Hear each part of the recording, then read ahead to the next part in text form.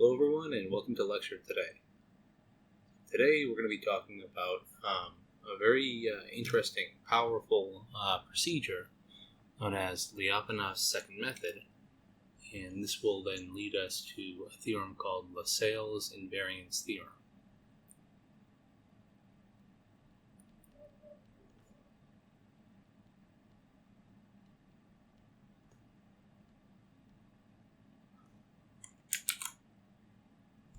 And both of these ideas, specifically Liapunov's second method, involves the finding of a very special function called the Liapunov function for the differential equation system that we're considering.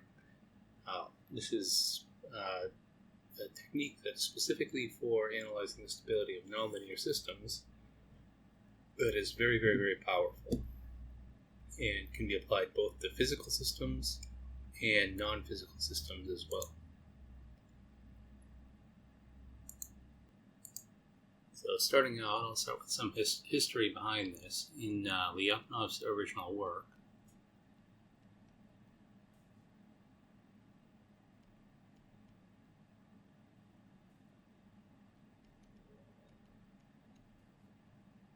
(1892) work, he proposed two methods for testing stability.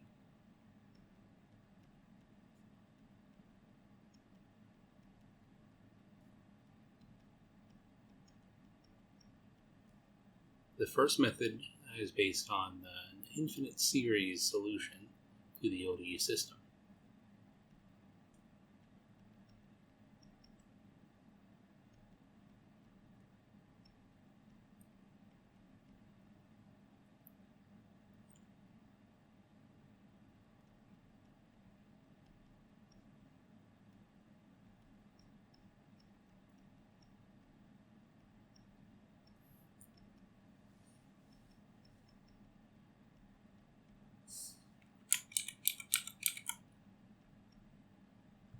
It's a powerful method.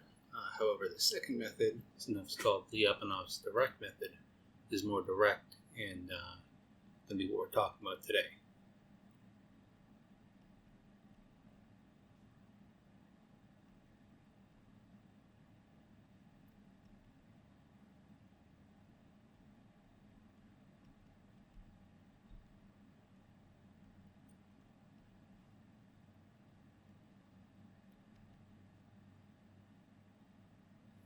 And it's primarily due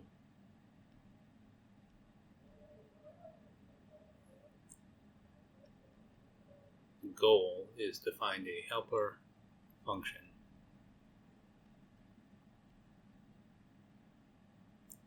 called a Liapunov function. For physical systems like the pendulum problem and any other physical system that you can think of, this is typically related to the energy function of the system, the total energy. However, we can define the Liapunov function for general systems as well, and finding it is not always easy or trivial, but assuming we can find a Liapunov function, this can definitely help us analyze the stability of the system itself.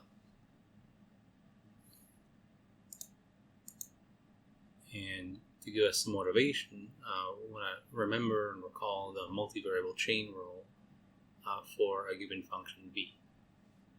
So let's say that we have, first off, a differential equation, the initial value problem. Psi prime is equal to some vector function of xi, where xi at t naught is equal to xi naught. And we'll note this system, first order ODE system, as star. And consider what happens if we have a function, multivariable function of Rn, that's scalar valued, and it is continuously differentiable.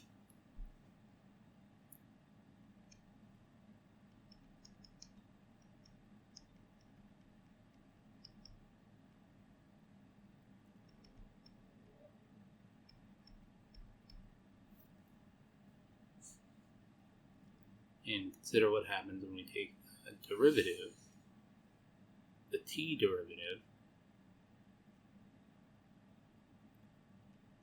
of v, where all of the variables I depend on t. This is the t derivative of the composition of the function v on the curve psi of t, which is a solution to our differential equation.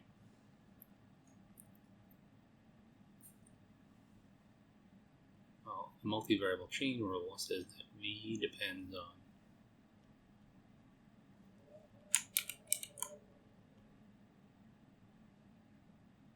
xi1, xi2, xi3, all the way up to and including xi n. And all of these through the differential equation depend on t. So the multivariable chain rule then, this is going to be dv dxi1 evaluated at the point xi of t times xi1 dot plus dv dxi2 evaluated on the curve xi of t times the derivative of xi2 all the way up to and including the derivative of v with respect to xi n on the curve xi of t times xi n dot, which, as we saw before in the last lecture, we can simplify this as the gradient vector of v evaluated at the point xi of t and the vector dot product of this gradient vector with the vector xi dot of t.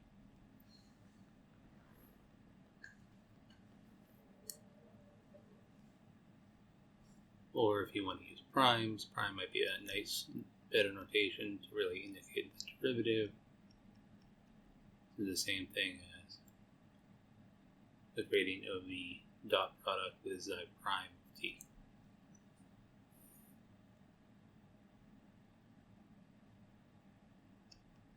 And because xi prime satisfies the differential equation, this is the same thing as the gradient of v at xi of t dot product with the vector function g evaluated at xi of t.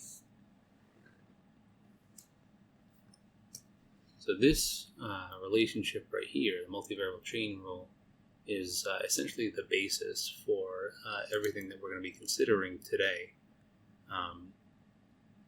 And specifically, this, if you recall from your multivariable calculus course, can be rewritten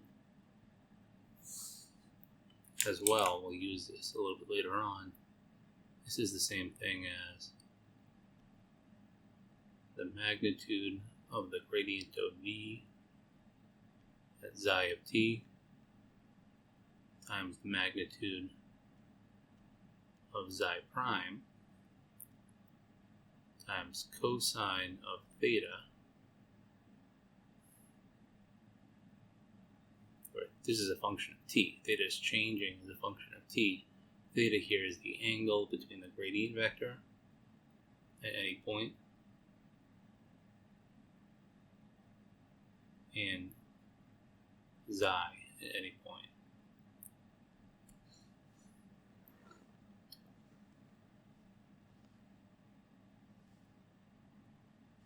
But this angle right here is characterizing the sign of this v prime right here, the rate of change of v, which means, right, that we're going to be able to really see how this affects the solution itself. We can use this idea if we can find a suitably chosen v, we can say definitively certain things about how the solution is behaving based on the vector field G.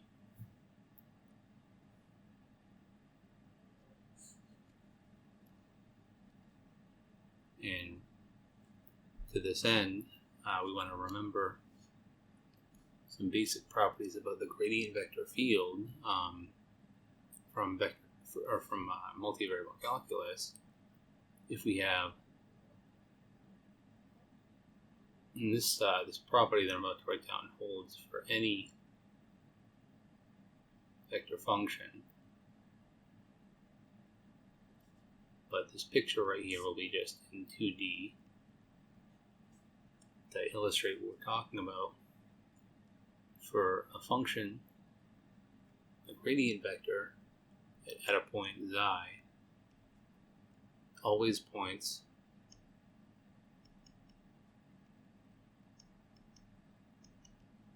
in the direction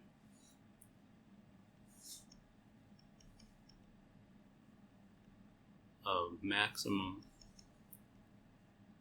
increase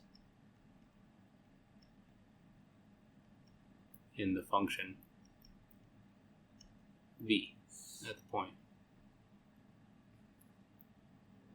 And this means that we can actually prove that this is perpendicular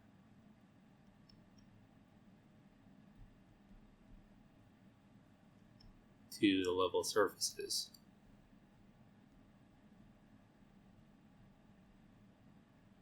of the function v. So in 2D, that means that if you draw the level curves of a function and you have a local minimum of the function,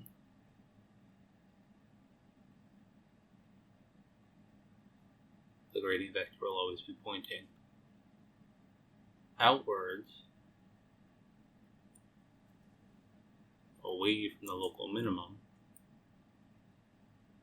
perpendicular to the level surfaces, which in this case are level curves, 2D, of the function itself.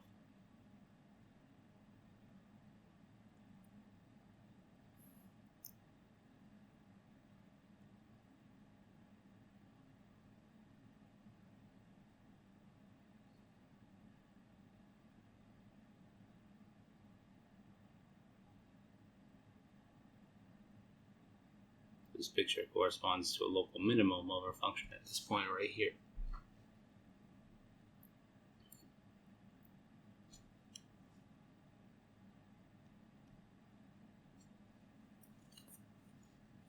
Also note that the vector xi prime for a given orbit, which is g of xi, always points in the direction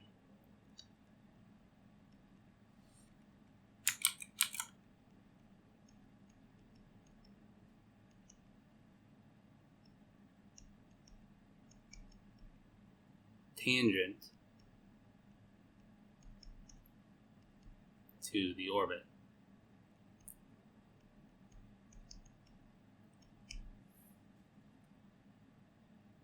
So if we have some orbit of our differential equation, I'll draw two separate unstable spirals here.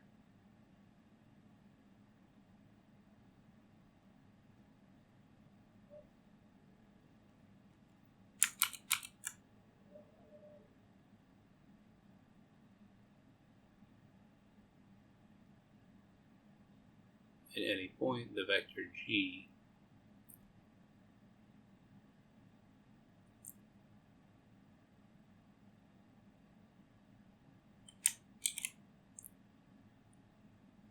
is going to be tangent to the orbit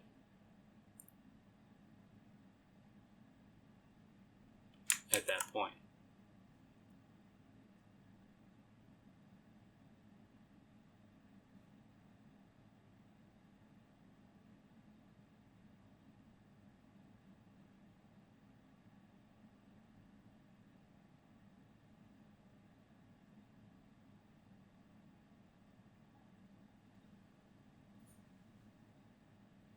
This is just a picture illustrating that property.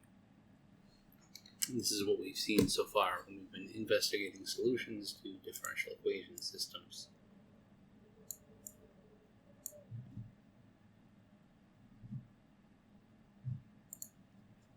So let's make some definitions and then write down some the big theorems that we're essentially getting from these two properties.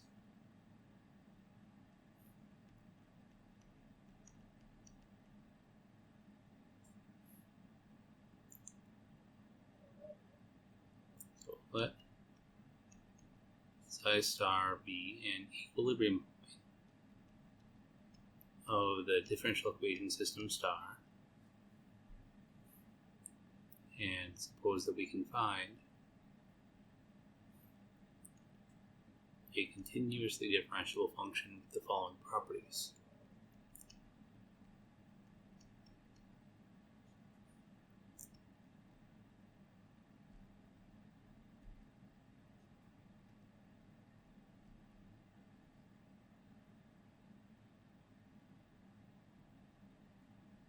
And this type of function we call a Liapunov function.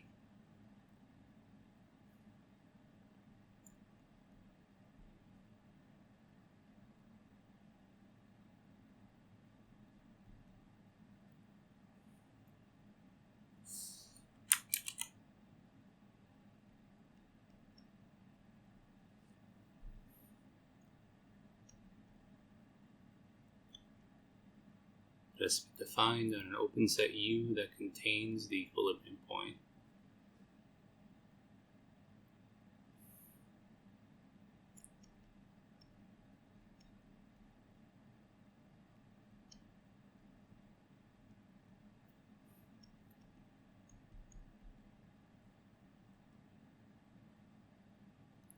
We call it a Liapunov function for the system star on U, provided that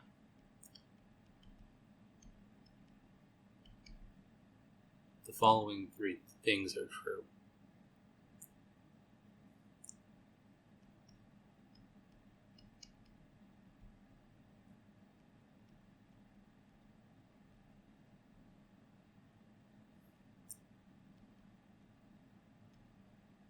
For points in U.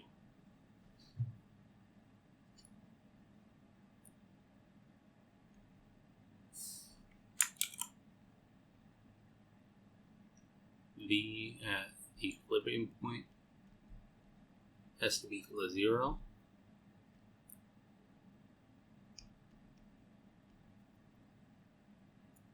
V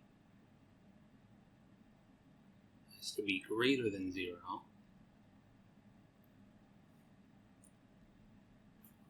Points xi that are not equal to xi star. This means that xi star has to be a local minimum of the Liapunov function on U, and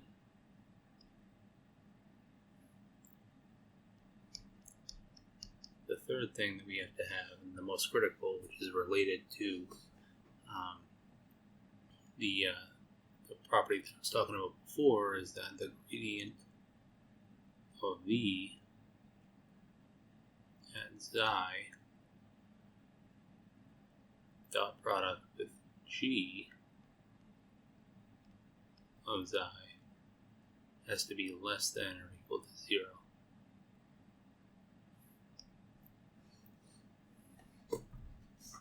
So if we can, for a given system of differential equations, can find a function V that satisfies these three properties, we call it a Liapunov function. And additionally, if the inequality in 3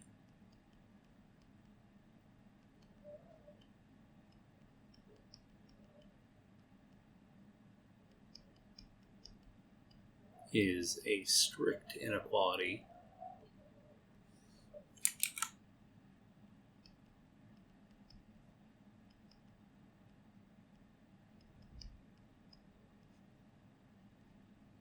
meaning that the gradient of v at xi dotted with g of xi is strictly less than 0, then the function v is called a strict Liapunov function.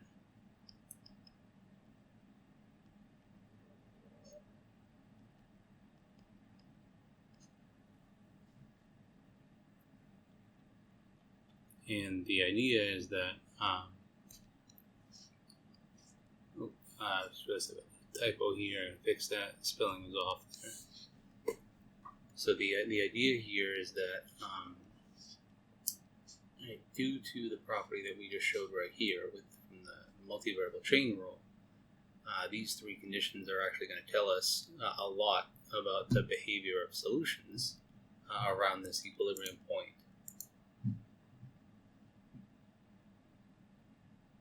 So much so that we get a very strong theorem that we can immediately write down.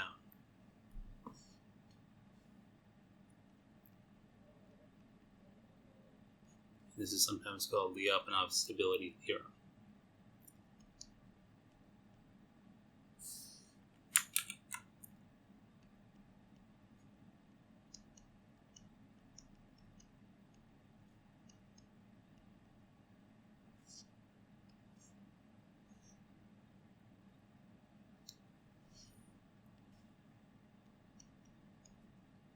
If v is a Liapunov function,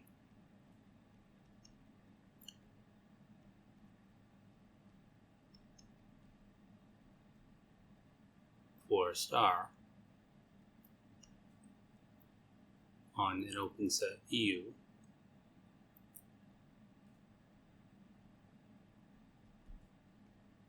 containing an equilibrium point xi star,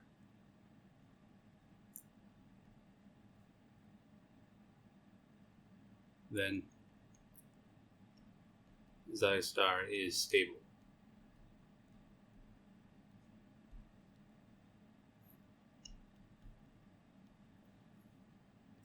And furthermore,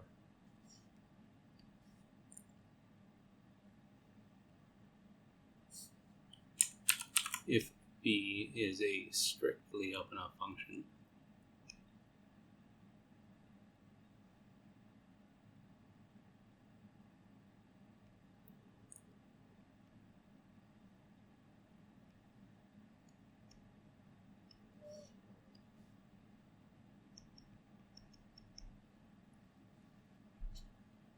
then the critical point xi star, the equilibrium point xi star, is asymptotically stable.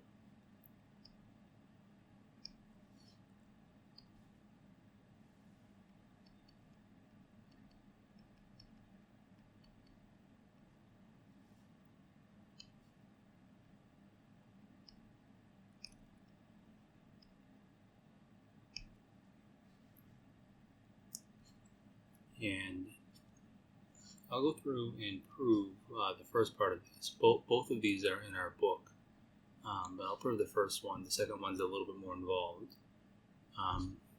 But before I go through and prove these, I'll write down the basic geometric idea here in 2D.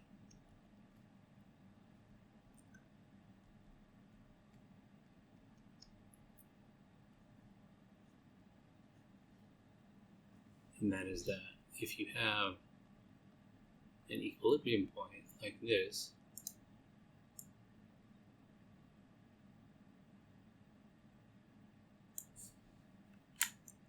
and a Liapunov function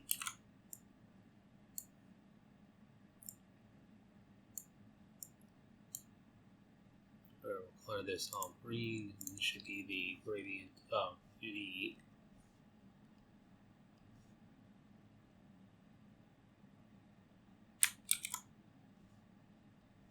So all of these arrows are the gradient of the Liapunov function.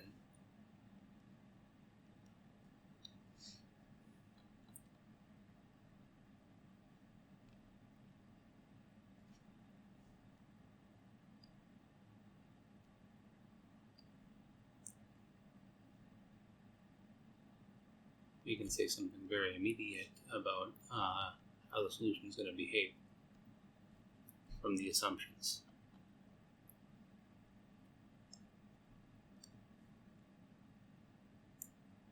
So we know that from the multivariable chain rule,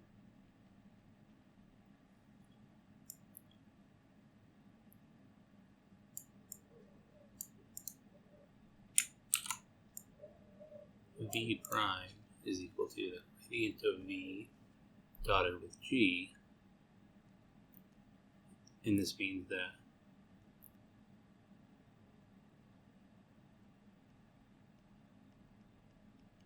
the magnitude of V prime is equal to the magnitude of the gradient vector at any solution curve in psi of t times the magnitude of the vector G of psi of t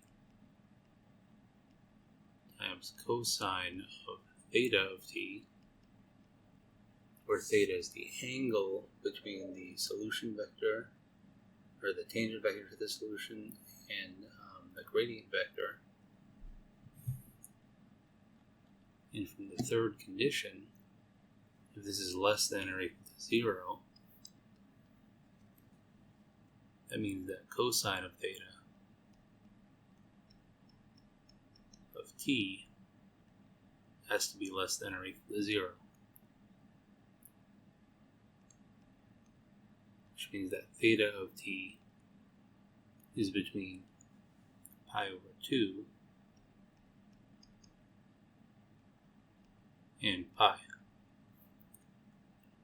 This is the angle between the gradient vector and psi of t. So that if this is a local minimum, we know the gradient vector is always pointing away, and that necessarily means that the solution has to either be perpendicular to the gradient vector or at an angle less, or at an angle greater than pi over 2. Can't point in any of the direction of the positive increase in V. It always has to point in the direction of decreasing V. So that if you have a local minimum of V, you expect that your solutions will either stably rotate around the equilibrium point in the case of a normal Liapunov functions, non-strict. In the case of a strict Liapunov function, this forces them to actually converge to the equilibrium point.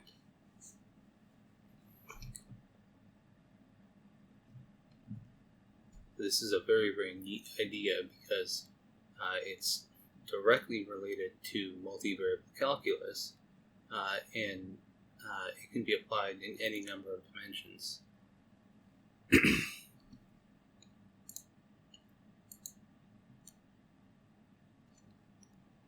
So we'll go through and do a proof of part 1. Like I mentioned, the proof of both parts are in the book.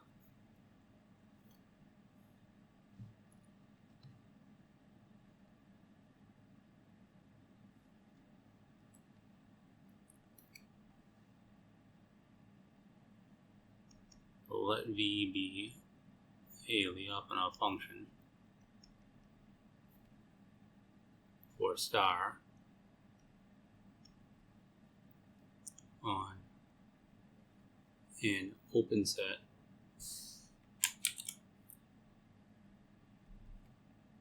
U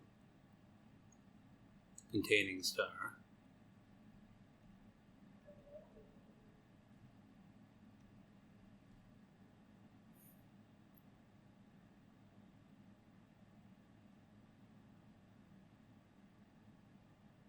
because U is open, we can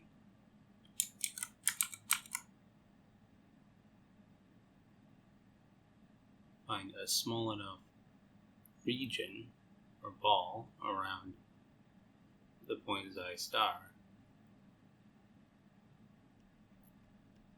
so choose the radius of the ball r sufficiently small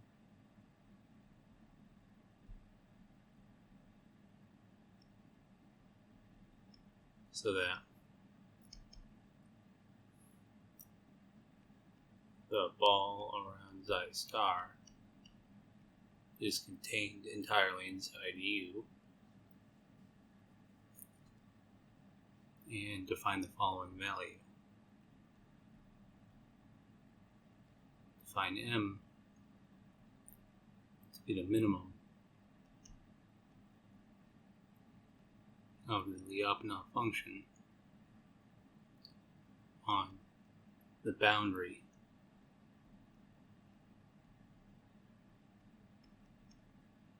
of this open ball.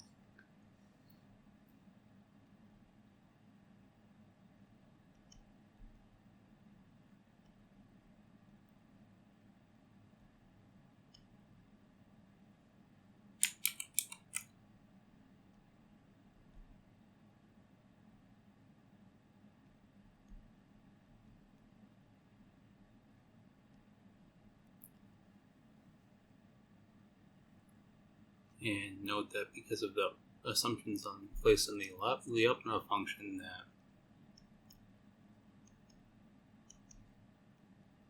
M has to be a positive value,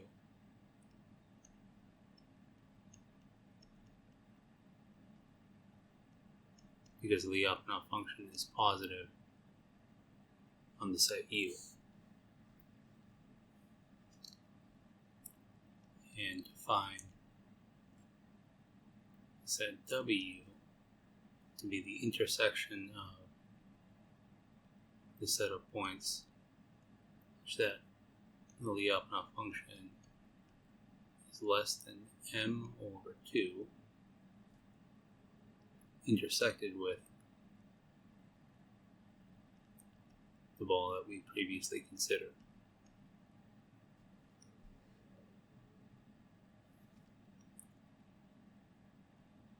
W is an open set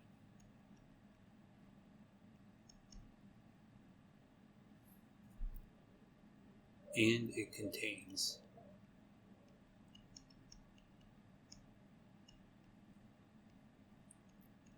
xi star, because xi star is in this set by definition, and this is the intersection of an open set with another open set.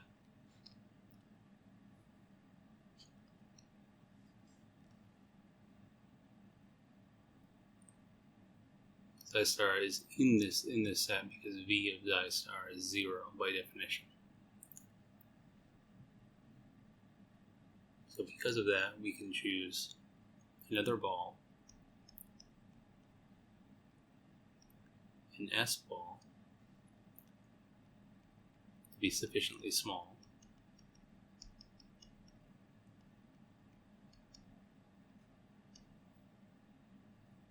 so that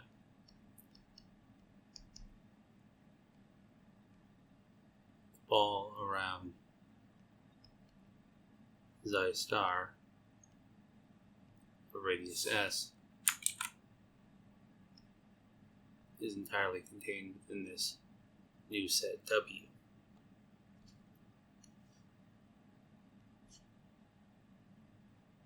So W is some new set, and we can choose a ball of radius S around this point.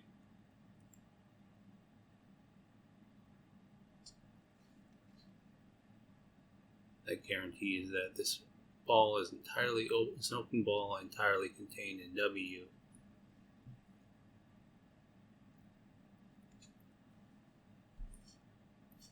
And then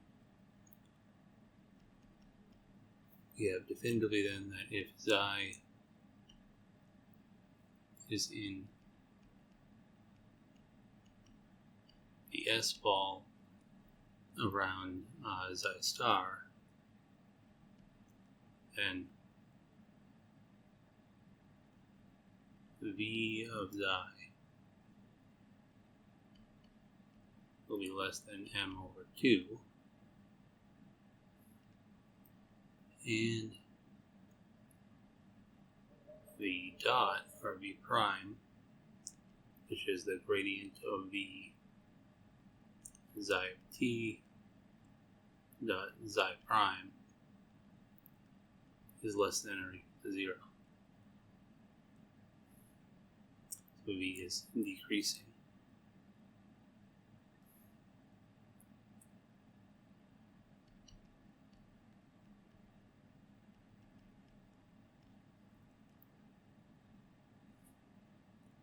So for solutions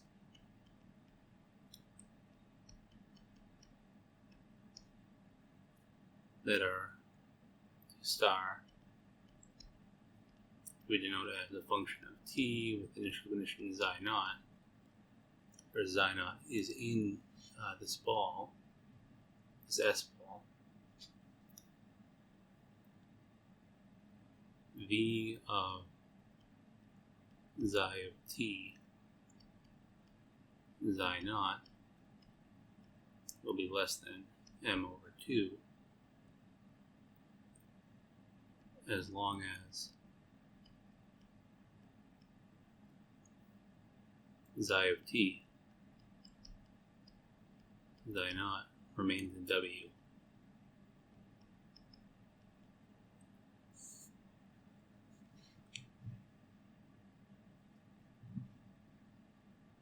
Which, as long as, because v is decreasing, we have exactly this. What this means is that xi of t xi naught cannot intersect the boundary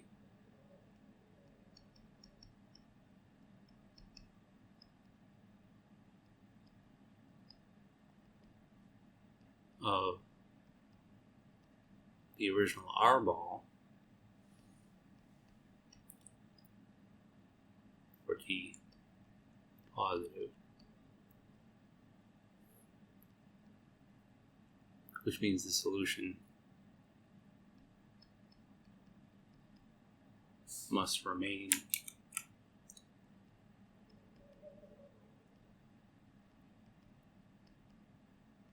inside this R ball for t greater than or equal to 0. Oh, and this should be xi star right here. And this is exactly the definition of stability. So xi star is a stable equilibrium point.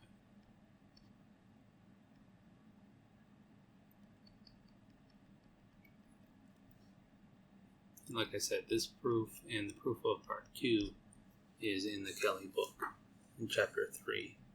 Part 2 is done using the semigroup property, and it's a little bit more involved, but this is a nice proof, I think, of going through and showing that the first property holds, and the second property is relatively straightforward as well.